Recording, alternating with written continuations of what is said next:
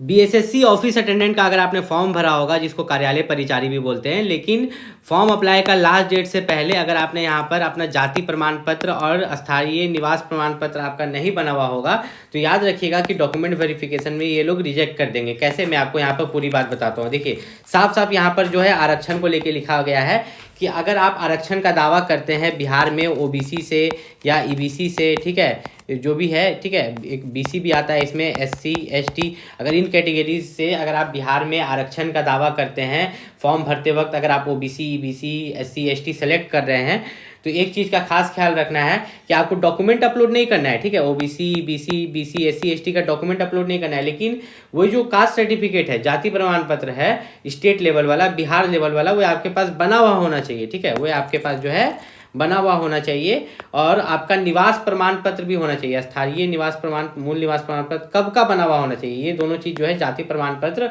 और स्थानीय निवास और मूल निवास प्रमाण पत्र, ये कब का बना हुआ होना चाहिए, फॉर्म अप्लाई का लास्ट डेट से पहले।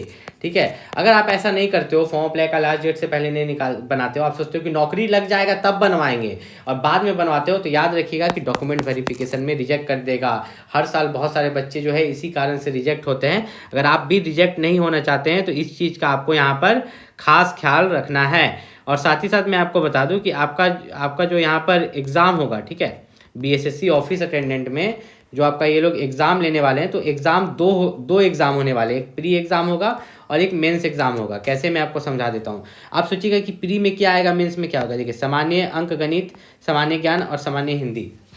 तो सामान्य अंक गणित जो है आपका 30 क्वेश्चन होता है, ठीक, और सामान्य ज्ञान जो है आपका 40 क्वेश्चन होता है, और सामान्य हिंदी जो है आपका 30 क्वेश्चन होता है। टोटल आपके 100 क्वेश्चन हो गए। कितने?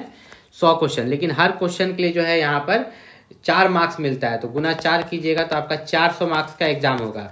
तो ये हो गया प्रीलिम्स और मेंस, दोनों में सेम चीज़ आएगा। तो आप बोलिएगा तो अंतर क्या है, तो लेवल हार्ड हो जाएगा। ठीक है, यहाँ पर जो प्रीलिम्स एग्जाम होगा उसका लेवल इजी होगा, और मेंस एग्जाम होगा जो, उसका लेवल यहाँ पर हार्ड हो जाएगा, और इसी मेंस एग्जाम पर आपका सिलेक्शन होगा। ये प्रीलिम्स तो बस क्वालिफाई करके आप मेंस के लिए जाइएगा।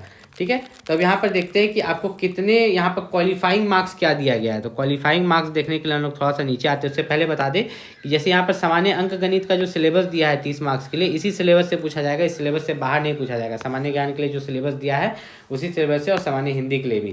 क्वालिफाइंग मार्क्स के बारे में अगर यहाँ पर बात करें, तो जो क्वालिफाइंग मार्क्स है, जैसे कि जनरल के लिए 40% है, मतलब 400 का अगर आप यहाँ पर 40% निकालते हैं तो आपका कितना हो जाता है, वो आपका यहाँ पर देखिएगा।